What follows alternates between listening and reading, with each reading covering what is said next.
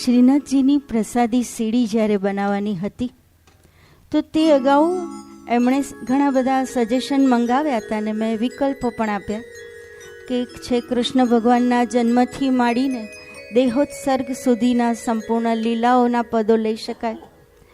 બીજું એ રીતનું પસંદ કર્યું કે કૃષ્ણ ભગવાન સાથે સંકળાયેલા બધા સ્ત્રી પાત્રો, જેમાં દેવકી, જશોદા, ગોપી, પૂતના, રાધા, રૂક્ષ્મણી વગેરે આવી જાય.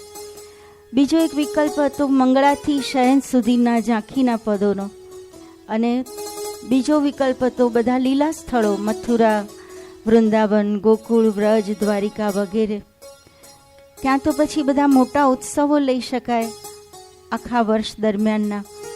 પણ એમણે બધું મનોમંથન ચિંતન કરીને એટલું સરસ અનુક્રમ અને લિસ્ટ બનાવી આપ્યું કે એમાં બધું જ આવરી લીધું, એકો એક વસ્તુ.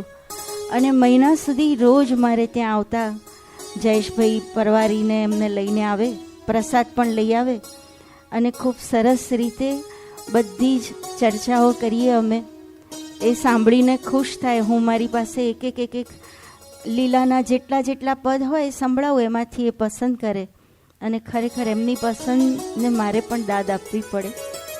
અને જયેશભાઈએ પણ સુપેરે બધી જ સીડી માટેની જે સંપૂર્ણ જવાબદારી નિભાવી.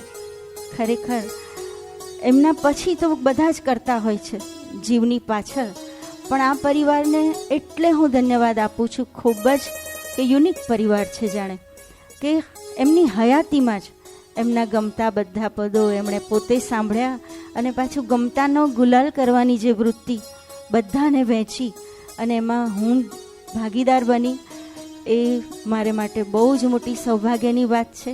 અને એ ઋણ આજે કંઈક ચૂકવવાનો મને મોકો મળ્યો છે, એનું મને વિશેષ આનંદ છે. અને ફરી પાછા યમુનાજીને યાદ કરીએ, એમના જેવી જ જાણે યમુનાજીની આંખો હંમેશા અમી વરસાવતી હોય એવી, અને આશીષ વરસાવતા કર.